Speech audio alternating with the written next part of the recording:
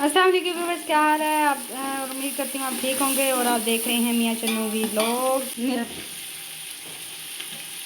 हट जा हट जा हट जा हट जा।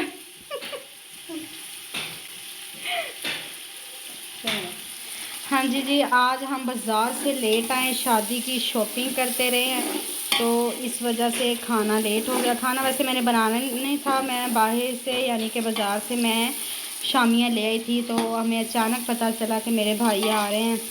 वो गए हुए थे ससुराल अपने और आज वो आ रहे हैं। उन्होंने बताया ही बहुत अचानक से, तो एमरजेंसी में मैं अब ये खाना इस टाइम बना रही हूँ, पुलाव। इसलिए मुझसे कोई वीडियो भी नहीं बनाई गई, एडिटिंग भी नहीं की गई। मैं बाज़ार थी, सारा दिन हमारा आज बाज़ार भी लग गया। पुलाव बनाना है, किस किस को पसंद है पुलाव। इधर चिकन रेडी हो रहा है, बिल्कुल साफ सुथराई हो रही है चिकन की।